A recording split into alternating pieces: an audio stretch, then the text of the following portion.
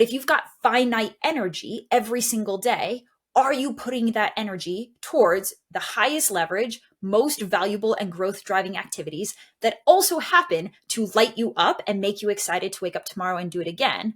Or are you putting that energy towards the things that are going to take you longer than they should because you're bad at them, leave you totally drained and like exhausted at the end of the day and with no residual energy for innovative or creative thinking?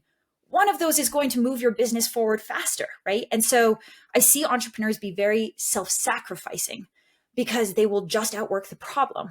When you reposition it as this is actually how it is costing your business money to not live in your zone of genius, all of a sudden we're willing to make a switch.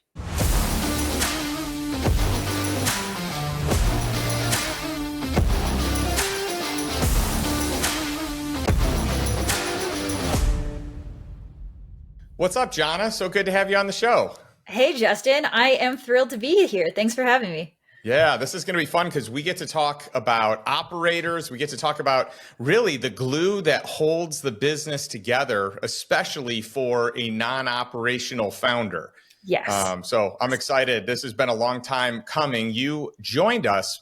You joined the Lifestyle Investor Mastermind for a session that was just phenomenal. You know, we really were kind of talking about, we had back-to-back sessions on buying your time back. And I just think one of the best ways to buy your time back is if you're an entrepreneur, hiring people that can function at as high of a level or higher of a level than you can, that can really remove you from the business. And I know you agree because your business is based on it. Yes, exactly. That is what we help our clients, our entrepreneurs do all day, every day. Now, before you got into this business, you were kind of traveling the world, right? Like you were, you know, kind of like touring around North and South America. You know, you had a van packed with your stuff and you were living life. So how on earth did you go from world traveler to, you know, owner of a large operations company? It's a fun story. I like to say that before I found operations, I was literally directionless. And that was true because we were in this van and we were like mapping things out 2-3 days in advance at the furthest. And it was also true in life. Like I didn't know what I was going to be doing specifically with my career. And my boyfriend, who I was traveling with, was scaling and starting a digital marketing agency at the time. And so I was watching him start this digital business 2 feet across the table from me in this van every day. And, you know, we were talking things through, we were troubleshooting and solving problems and brainstorming. And that is really where I got my introduction to business. And where operations factored in is that I was seeing a bunch of stuff in his business as we were talking it through that he was not seeing. And through a series of odd events, I stepped into his company for what was supposed to be like a 30-day stint on his team to fill in a gap. And I eventually became that company's COO because once I got in there, it's just so obvious to an operator when they look at a business. It's like giant neon signs everywhere pointing towards gaps and inefficiencies and leaks and where things could be better. And it's not the visionary's natural lens to see the business that way. And so when I got in there, I just started fixing things. I didn't even know what I was doing. I didn't even know what operations was. But one thing led to another. I had the opportunity to coach in a community with hundreds of digital startups, gain a ton of data from that about the patterns of success and failure when it comes to successfully scaling your startup. And after enough time and enough data, I realized that nobody freaking knows what operations is, and they really should if they want to scale successfully. And so I started Spyglass Ops to help be a stand for operations, to help educate entrepreneurs on how to utilize this growth lever so that, as you so beautifully said, they can both scale their business, but also scale themselves out of the weeds and buy back their time. Well, I'm so excited to spend time with you because I shared off camera, you know, before we hit record, just that I wouldn't function in this world, in business, just in life without operators all over. I mean, I've got operators that are, you know, overseeing every business that I own. I have an operator that kind of oversees our family, an operator that oversees Lifestyle Investor. We did a really cool podcast episode with Ryan Casey walking through, you know, his cool path and unique track of running a couple of the biggest Orange Theory fitness studios out of over 1,300, you know, nationwide. And he has no need to work for money, but this guy just loves what we're doing, loves what we're about, and is such a systems guy, is a total operator. Yeah. And, together, I just think when you have someone that is a little bit more on the visionary side of things, or a little bit more on the big picture, you get an operator in play, and it is a true 1-2 punch. 1 + 1 = 5, right? Yep, totally. It's the absolute power couple. And we do a lot of power couple coaching actually in my programs, because when you're really able to dial in that relationship and that yin yang, you unlock compound growth and compound potential. Because the reality is like a visionary, their genius is starting things and getting their hands dirty and making something a reality. Where they struggle is with the follow through and the consistency and the scalability, because by design, they build everything around themselves because they are their own greatest asset. The job of the operator is to then come in and build a system that can carry all of that genius forward without continuing to rely on the visionary to be the person in the weeds, moving it all and making it all happen. Because at some point you reach your limit, or you want to start your next thing, or you want to scale your portfolio. And you can't do it if it's just you moving everything forward every day. And so operations is there to help you get the same effect, but without your own time and energy being the only resource that gets you there.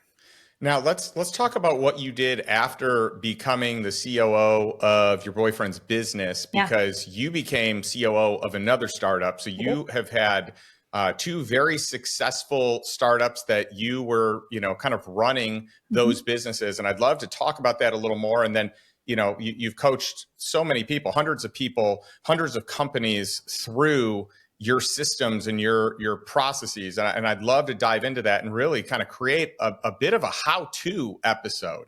I love it. Let's dive in. Where would you like to start?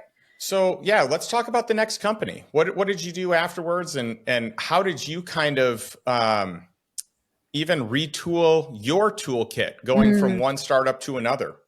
That is a fantastic question. So my next company was called Agency Lab, or it's now called Agency Lab. It's a coaching program for digital marketing agency owners. And so there were 500 plus when I was working there, agency owners in this community. They're receiving live training, online curriculum. And I was both the COO for the company as well as the head operations coach for that coaching community. And in terms of my own personal development, it was absolutely amazing, because I had literally hundreds of businesses coming to me, pulling back the curtain on their problems and just like laying it all out on the table. I was able to learn and see and gather so much data so quickly, and start to piece together patterns when it comes to what actually works and what keeps people stalled out or small. From a COO perspective, I also had the opportunity to shift from running a marketing agency, which is like done for you service-based, to a coaching program, which is a totally different model, and start to stress test my own operational thinking in multiple business models. And that has served us so well now in my current business, because we work with all types of businesses. Yes, we work with coaching programs and marketing agencies, but also info products and consultants and SaaS and e-com, because the same operational best practices apply. And this was the opportunity where I got to really learn that by stress testing the same ideas in different businesses and seeing what data the business gave back to me. Yeah, I love that. So what I find one of the biggest, I guess, mistakes or issues that operators have, or that business owners have, first of all, it's the lack of operator. Secondly, it's trying to find the right operator when they do. And third, it's like just completely missing and hiring the wrong people. So how do you make sure that you're coaching, the people that work with your company into good processes, even around the hiring process? Yep. And this is such a viable example, because it literally happened today, where a client of mine had hired the wrong operator and was perpetually disappointed. That's how he described it. Like, I had all these expectations for this person, but I didn't know if my expectations were too high or if they were just the wrong person in the role. And he was driving himself crazy for months trying to reconcile this gap. He finally let that operator go. He just got his new COO in, and he messages me and says, my COO just saved me 6 figures this week because he found an erroneous pixel on our ads, and I was burning 50K in bad ad spend up until now, and I didn't even know it, right? So finding the right person in the right role is literally can make you 6 figures in a week. Like, it is that powerful when you're a scaled up business. In terms of finding the right person, that's where it starts. His biggest takeaway, I was interviewing him this morning, was that I didn't even know what operations was. I didn't know what my operator was supposed to do. And so when I went out and I hired this first person, I didn't even know what I was looking for, right? I was going for a competent person who seemed detail oriented and kind of organized, and I trusted them. That's not operations. That's just like a good buddy with some organizational skills. And so I think the first piece is that it's really important that an entrepreneur determine, what are the operational needs of my business? Like, what level of operator do I need? Do I need just an ops manager to run and manage my day-to-day systems and team? Or do I need a COO who can bring a decade of strategic thinking and experience to the table and help me take my business to the next level? So that's the first question to answer, is what level of operational expertise do you need in your business? And then, what are the specific skills and competencies that this operator needs to bring for my business, right? If you have an incredibly systems intensive company, something like SaaS, they're going to need to have a ton of technical knowledge just to be able to work well in that environment. Versus if it's a super team intensive business model, well, then they need team leadership skills more than anything else, right? So there's not a right operator. That, I think, is the big misconception, is that there's like a unicorn hangout spot with all the best operators in the world and we all just hang out together. That's not the thing, right? There's a right operator for you, and you need to know how to build the hiring funnel, the fishing rod that can go fishing in any pond and attract the right operator for you, because that's a very specific person. Now, let's dig into a little bit more on the clarity between the two roles that you mentioned, because I see a lot of people that have an operator, but they think or act like this person is the COO. It's the person that's running the company, the day-to-day, when really they're not quite skilled or qualified for that yet. You know, you also see this in the financial world and in startups and early stage companies, where maybe they're calling someone a CFO who's really like a VP of finance, right? Totally. And so how do we differentiate between the two of those and what's really needed? Yep. Great question. So I break down the operations role into actually 3 tiers for digital startups. Entry level is an ops manager. Middle management is a head of operations. Executive and C-suite is a COO. The short overview of these 3 roles: an ops manager is focused on the present day. They are in the weeds with your team, with your frontline team, optimizing systems, managing tasks and SOPs, making sure the right work gets done, and optimizing the business as it exists today. Your head of operations is layering in leadership skills. So they're also now managing others and getting the highest performance out of them. They are starting to look into the future, see what is coming down the track based off of the strategic vision that you've set for them, and saying, okay, I need to proactively start shoring up components of this system or this infrastructure or hire in team in order to prepare for what's coming. A COO is making the strategic vision with you. They are bringing in experience and market knowledge and product knowledge to the table to say, you want that vision? Here is how we will get you there. And I can say that because I've done it, or I have that business owner level of acumen and thinking. The COO, on the flip side, to your point, Justin, I see a lot of people hire a COO and then get really frustrated because this person isn't down in the weeds building SOPs. Yeah, you hired a strategic thinker. That's what a COO brings to the table, right? And so it's also a matter of like, how much work needs to be done. If you just need somebody to roll up their sleeves and be in the weeds in the day-to-day with your team, that's an ops manager, not a COO. Yeah, good. I mean, very powerful distinction, very important distinction. And I just think that this role or these roles, I mean, anything around operations, if you are not operationally oriented, this is a game changer for your business. And, you know, today I would not buy a business. Like I literally wouldn't do it if it didn't come with an operator that I felt like had the staying power to be there a long time and is really good at their job. Or that I know someone that I can hand select that I can put into that role. I literally would not buy a business otherwise, because otherwise I'm buying a job. And that's a dangerous place to be, you know, with the exception of if you're trying to transition from W-2 to business owner, then okay, maybe that's different, where you already have an expectation of what you're going to work, and maybe you have budgeted that time because you're going to give up the W-2. But outside of that, I think we got to be careful, because I see a lot of people that go and buy a new company. We've got a ton of people in our mastermind that they either want to buy a company, or they have recently bought a company, or they're in the process of buying a company.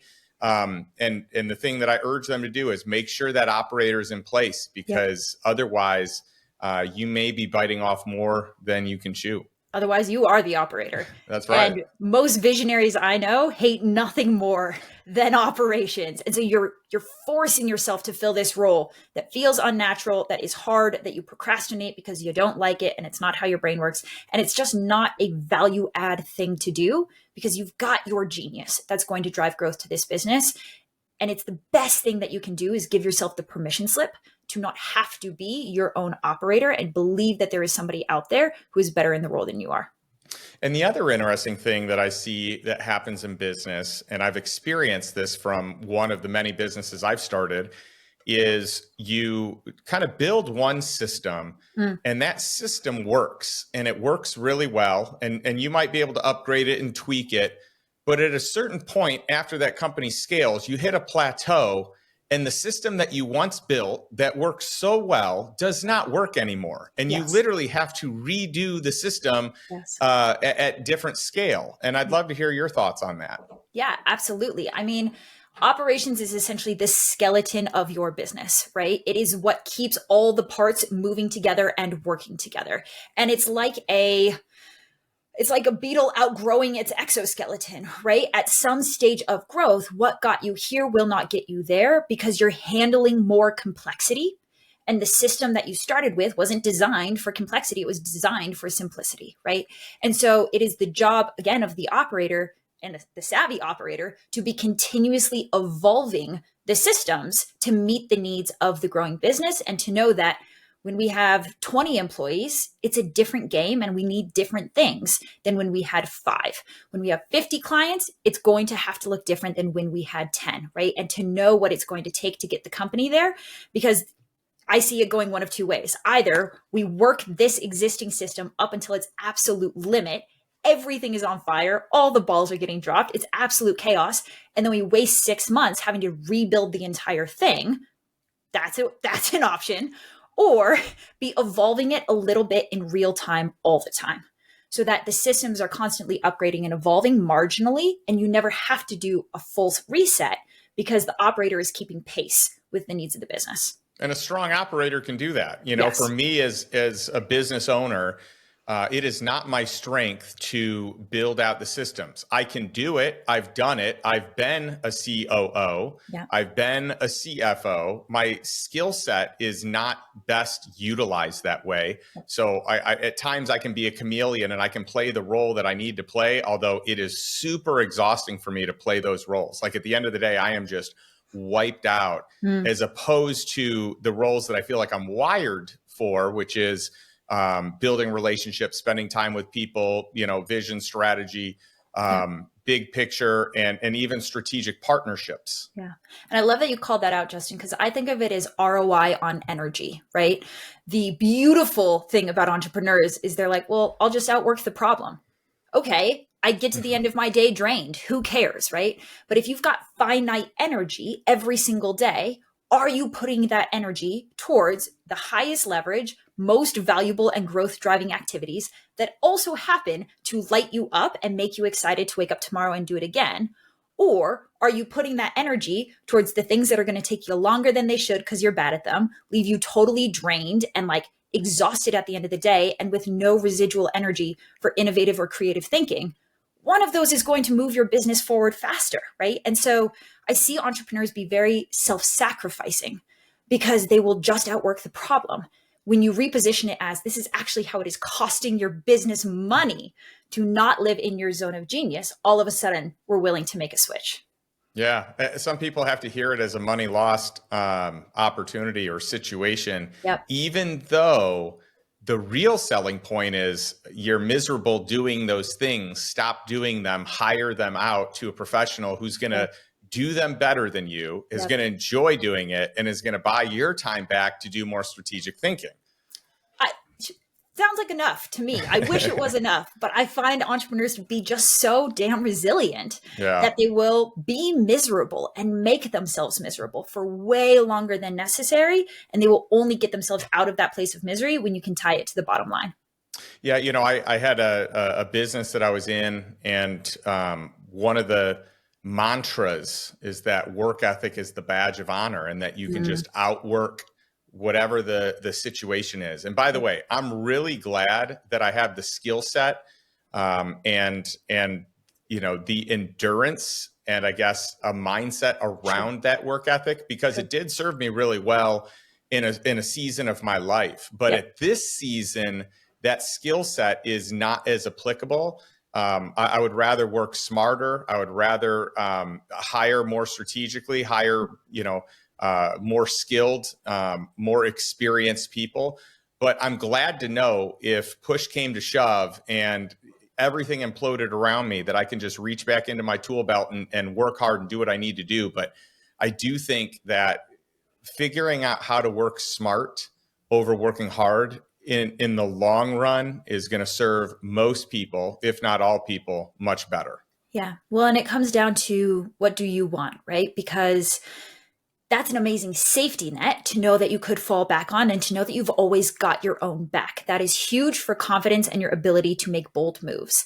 And if you are approaching every task or project or initiative from a place of, how am I going to get this done? Then what you are accidentally creating is a business that is fully and wholly dependent upon you. And I've seen clients, we work with most of our clients, when they are so backed into a corner by this mindset that they've literally grown the company to the absolute max limit that it can grow, with them being the central focal point for progress. And then we have to figure out how to extract them from a company that has organically built to revolve around them and cannot let them go. Justin, like, to reflect back to you, you're about to take 5 weeks off for the holidays with your family. That is literally impossible if you don't have operators and operations running things for you and with you. If all of those companies were reliant and dependent on you and your brilliance to get things done, you could do it, but you would not be taking 5 weeks off to spend time with your family. And so what do you want, right? It's a lifestyle investor. Do you want the lifestyle component of that? If so, this is an important skill to learn. Yeah, I couldn't agree more. And, just the other thing to consider, if all of this isn't enough of a selling point to focus on that lifestyle, your company will be worth more. People will pay more for it if it is not based around the founder, if it is based around true SOPs, true, operators and systems that really work regardless of who's in running them. Yep, absolutely huge. It's not an asset if you have to be there to make it forward, like move it forward, then it's just a well-paying hobby. That's right. Now, I think one of the things I'm most excited to talk about is this season of the world, of the economy, that we are in right now, because we are about to experience the largest wealth transfer in the history of the world. I've talked about this on a number of episodes, and I've seen statistics on it anywhere from about $75 trillion to $105 trillion changing hands, from baby boomers to millennials. And a lot of this is going to come in the form, most certainly, of dollars transferring over. But I actually think a lot's going to come in the form of real estate and businesses. And when I look at the business front, and I look at a lot of the people that are running businesses, baby boomers, people that want to retire, many of them, their kids don't want to take over the business. Maybe they don't have kids. But if they do, a lot of them don't find that interesting, or they don't have the desire to do that. So a lot of these people are just shutting down their business because they don't think it's worth anything, because it's built around them, it revolves around them, not recognizing that their client list is important, that their relationships and experience and name brand, the branding in the area is important, and people would pay for it. And the ones that do get that and sell it, they'll sell at a reasonable multiple. I mean, I've seen it. I've done it. I've bought some businesses this way. We've got a lot of people in the lifestyle investor community doing this. And I think we're going to see a ton of it over the next 5, 10, 15, probably even up to 20 years. So I've got to imagine that this creates a huge opportunity for you, for your company, people needing resources here. But I'm not sure if you've even looked at the stats or have known, kind of what is about to happen. But I'm curious your thoughts on this. With such a big wealth transfer, with businesses and real estate and all these things changing hands. And by the way, be careful with real estate, because at the beginning it's passive income. But if you buy enough of it and you don't have a team, you again are the operator, and you end up running a business and it becomes a job, right? So I'm curious your thoughts on this wealth transfer. Yeah, it's interesting. I always revert back to shock doctrine, which essentially says in moments of greatest change come moments of greatest opportunity. Because when things aren't changing, when everything is the status quo, there's essentially no forcing agent and there's no incentive to change. When all of a sudden you're in a moment of crisis or massive overturn or massive overhaul, the ground is shaky, people are seeking other solutions, and they are willing to change behaviors, decision-making very, very rapidly. And so moments of great change are moments of great opportunity. And the question is, how can we as entrepreneurs and investors seize and maximize the opportunity, recognizing the challenges that come with it and the reason that other people are missing and not wanting this opportunity, right? So if we take the example, like give me an example of a business that you have seen that fits this criteria and exited recently. Yeah, we've got a number of people in our community. Actually, it's interesting. In 2022, one of the things I said at the beginning of the year is I think the economic climate is going to change. The season for selling a business is now. If you ever thought about it, if you ever wanted to sell this year. We had 23 people in the lifestyle investor community in our mastermind that sold companies, and probably about 15 the year before. So it was an uptick from it. But we see people that sold service-based companies. We see people that sold technology companies. We saw people that sold, several of them in the SaaS business, enterprise SaaS, others of them, service. But we're still talking like tech companies too, maybe not specifically SaaS. So we've seen all kinds of stuff, and real estate companies, you name it, we've probably seen it. We've got a guy in our community that has a very large portfolio of funerals, funeral homes, rather. Okay, that's interesting. Ancillary products. Let's take that example, right? That's fascinating. So, guys, I'm just winging this, right? So, you are a funeral home in a small town somewhere in rural America, and you have been running this company for however many decades, and you want to exit it to your kids, but your kids don't want to run a funeral home, right? That's right. If you're the investor entrepreneur, how is this your opportunity, and how are there constraints and challenges? Well, it's not a super sexy business, so you have to be in the know enough to see it through that lens and see the opportunity and even want to go after it. And then you have to take into account that where is the competitive advantage that you can bring to this? This is a company that probably is totally reliant on local organic networking and marketing, right? It's fully revolved around the relationships that these people have been able to build with their community for decades of running this company over time. They probably run on very little technology, if any, but there's enormous potential there because they've built this homegrown business that has the most solid foundation you could ever hope to imagine, right? And so if you can be the entrepreneur that steps in and brings technology, brings cutting edge marketing and sales solutions, while maintaining and capitalizing on the organic relationships and the strength of that brand and reputation, you've got a winning business foundation that's due for a 50-year technological overhaul. And all of this stuff to you is like the back of your hand, the easiest thing in the world.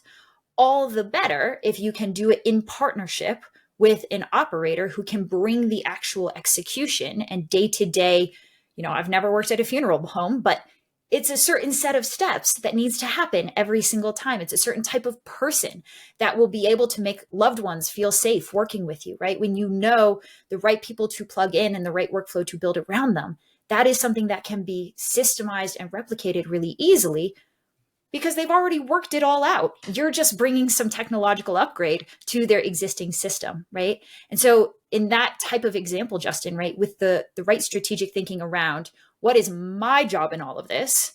My job is to see the opportunity, do the deal, make sure that this is smart financially and strategically, and then plug the right person and the right technology into the puzzle, and then let that person do their work. That's your job, right? No doubt. And even from the standpoint of like, I believe if we layer in technology even to some old mom and pop business that doesn't Totally. have it, like that's the value add. That's where you're going to get the business to become worth more. Exactly. In that example, one of the things that's really taking off is people using the ashes of loved ones that were cremated to actually make diamonds or make gemstones. And that's becoming more popular, and Amazing. I envision that's going to be more popular in time Right. than an actual burial. Than Right. Interesting. um, Right. So like take advantage of that's new, right. cross strategic opportunities and bringing new innovative ideas into these traditional businesses that could be done in a new way, taking advantage of global networks and economies, AI, remote teams, right? We have as young entrepreneurs, we have all these tools in our tool belt and they feel really natural to us.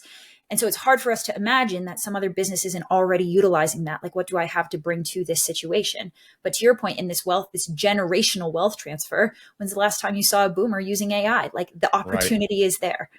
That's right. And how else do you envision using AI on Mm. an operational, I guess from an operational standpoint, or integrating AI with your operations? Yeah. So Cameron Harold, who I think that you've had on this podcast as Yeah. well, Love he, Cameron. yeah, Cameron's amazing, and he and I started a operations community together called the OpSpot, and AI is one of the hot button topics in there right now because we as a collective of operators are asking ourselves the question: how can we incorporate this in a way that does right by our teams, in a way that makes them feel safe, in a way that has them utilizing it, and not just us in our own jobs, right, as operators and what we do every day, but we're essentially responsible for rolling this new technology out across an entire company. And how are we taking advantage of the new tools?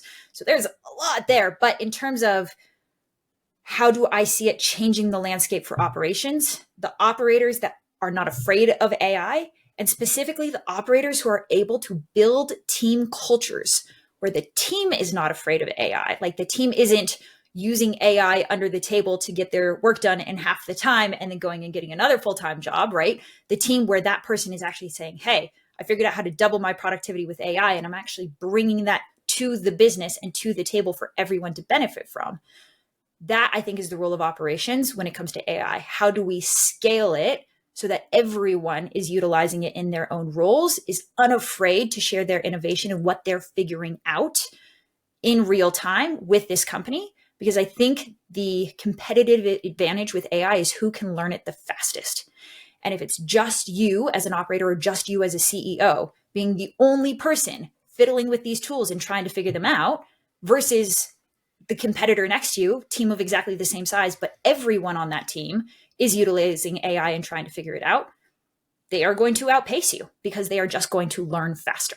No doubt. We just had our big annual Lifestyle Investor Mastermind retreat this last week, which is kind of the end all be all of what we do. And it's just such an amazing event. And we actually brought in my good friend, H.O. Maycott, and he leads a company called FeatureBase, has a lot of success in that space. And we brought up some other experts from our community, Dinesh Gauba and Stephen Backholm, to do an AI panel to just extract all the ways that we can use AI today in our businesses, and not just in our businesses, in our daily lives. There's just so much to incorporate and so many ways to be more efficient, and not just more efficient, like actually get better results. So not just shrink the amount of time into it, but to actually have a better product. Yep, absolutely. And I think the key there is it's a math problem. AI is exponentially accelerating.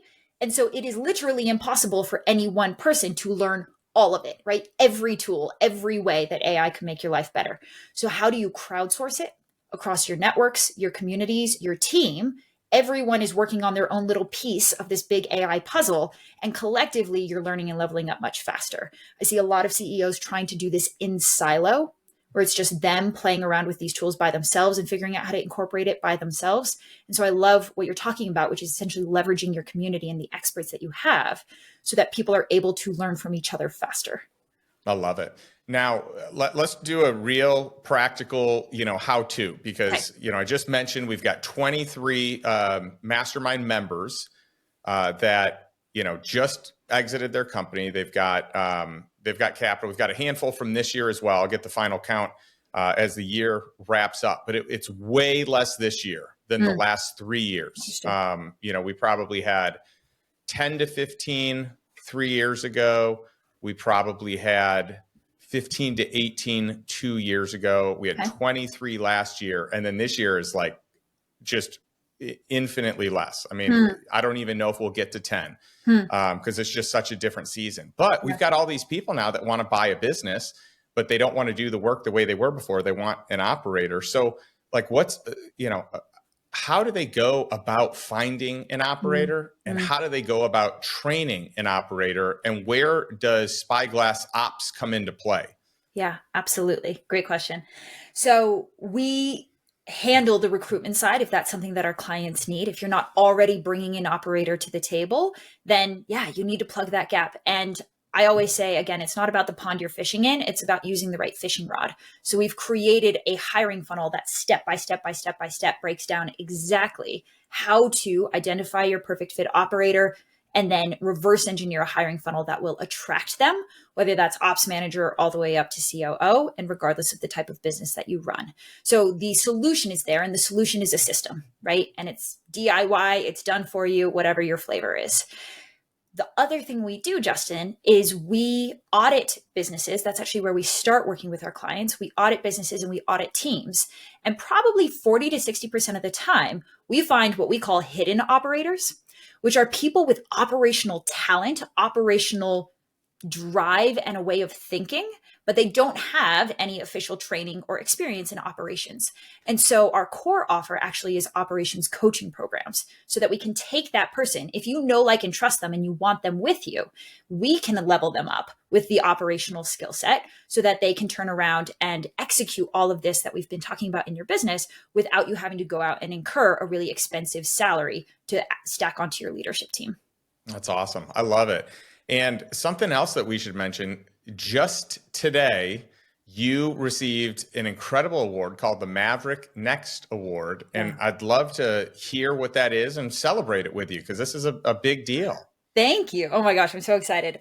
This is on the topic of community and leveraging community. The Maverick 1000 is a community of change-making entrepreneurs leading and creating disruptive industry and companies across all sectors that you can imagine and across the world.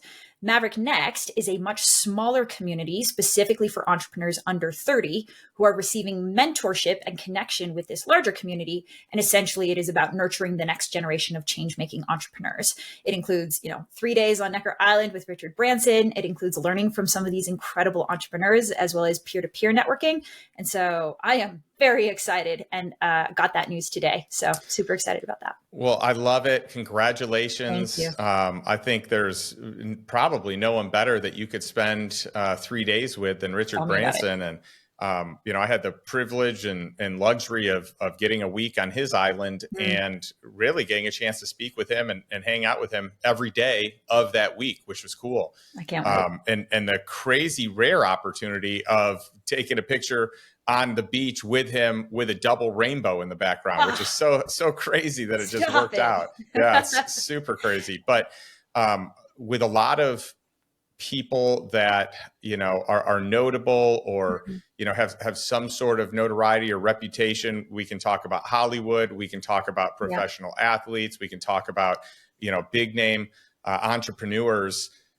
I always have this big expectation, and so rarely do those people live up to it. And I had a really huge expectation of Richard Branson. He's someone that, for me, I would say is a top 5 person that I looked up to, learned from, dug into his content, his books. Me too. And so I had really big expectations, and he exceeded them with flying colors. Like, he is just a wonderful person, really kind, really smart, really down to earth. Amazing.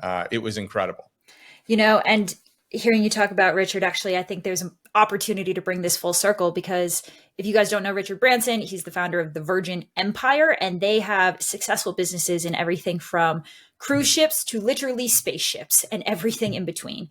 And if you look at his track record, the way that he builds businesses now is kind of exactly what we've been talking about, Justin, right? He brings his zone of genius, his incredible brand, and his incredible network. But the first thing he does is find a CEO, his operator, to build and launch this next component of the Virgin family, right? Richard Branson is not individually overseeing the spaceships being built and the cruise ships being launched. He's showing up and doing crazy marketing stunts and connecting those people and his leadership team with the right people in his network. He is bringing his absolute zone of genius to the table to make that venture a success, but he is not running the day-to-day of any of those businesses anymore.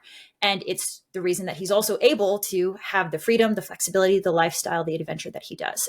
I think Richard Branson, he's also one of my favorites because he exemplifies this principle at the highest level. Oh, yeah. And we can all aspire and recreate that success at our own levels, even in the form of, again, who is the right person to plug into this company within your portfolio so it can run without you. That's right. He owns over 450 companies. I didn't know that. That is insane. Successful companies. Like, this is just absolutely mind-blowing. But the best advice that I ever got from Richard, and I just took pages of notes every time I got to hang out with him. But the thing that he said that really stuck with me, that even forced me to shift the way I was running and operating Lifestyle Investor, which, was like a passion project turned business. And so for me, it was a little different. I wasn't so quick to outsource because it's what I love to do. It's amazing. So I wanted to be a teacher inside my own brand, but I still need someone that can run the day-to-day at a high level. And so he gave me the nudge that I needed. And he said, the best thing you can ever do to be able to scale businesses is to hire really great people and get out of the building as quickly as you can. And that was it. I love that. Yeah. And it is an important reframe that even if you are invested in or working on a business that you love, that is your passion project that you would do every single day, even if nobody paid you to do it. If you really love that business and want to do right by it, it means honoring how you are able to uniquely contribute to it and allowing other people to come in and slot into the areas where you are not as strong. That is you doing right by your business, is putting the right team in place and getting out of their way. Yeah, no doubt. Well, this has been fantastic. I really appreciate your time on the show, Jhana. Where can our audience, our listeners, those watching on YouTube, where can we learn more about you and about Spyglass Ops? Yeah, so the best way to check out us and how we serve people is on our website, spyglassops.com. You can also check us out on Facebook. And Justin, I believe we have a bit of a free giveaway for the listeners as well, yeah? We do, yes. Amazing. So guys, I want to give all of you what we call our bottleneck breakthrough detector. I will make sure that the link is in the show notes for you. And essentially, this is a way of you identifying in 5 minutes or less what is the number one biggest operational bottleneck currently stalling out your growth and preventing you from scaling to the next level. We've taken the data from the hundreds of companies that we've worked with, we've plugged it into this really easy to use survey, and it will spit out the number one thing that you need to focus on next in order to unlock your scalability. And if it was me, I would take that survey and then I would give the answer to your operator so they can go to work clearing that bottleneck for you. That's right. And if you don't have an operator, you know that you need to just get plugged in here at spyglassops.com. So we can help you out. They can, do the magic that they do and work their genius. So, hey, I'm a believer in what you do. I love what you have built. I love the value that you've added the Lifestyle Investor Mastermind community. And I'm just so excited for, more ways that we can get together and work together and partner on things because I think it is truly endless, all the things that we can do and all the ways that we can offer value people, just in our networks. I love it, Justin. This is just the beginning. Fantastic. Well, I love ending every episode with a question for the audience. And the question is this: what is the one step that you can take today to move towards financial freedom? And maybe it's to move towards operational freedom by implementing something that Jhana taught you today that you learned about. but what is that one step that can really help you live the life that you desire on your terms? So a life by design, not what most people do, which is a life by default. Thanks so much, and we'll catch you next week. Thanks, everyone.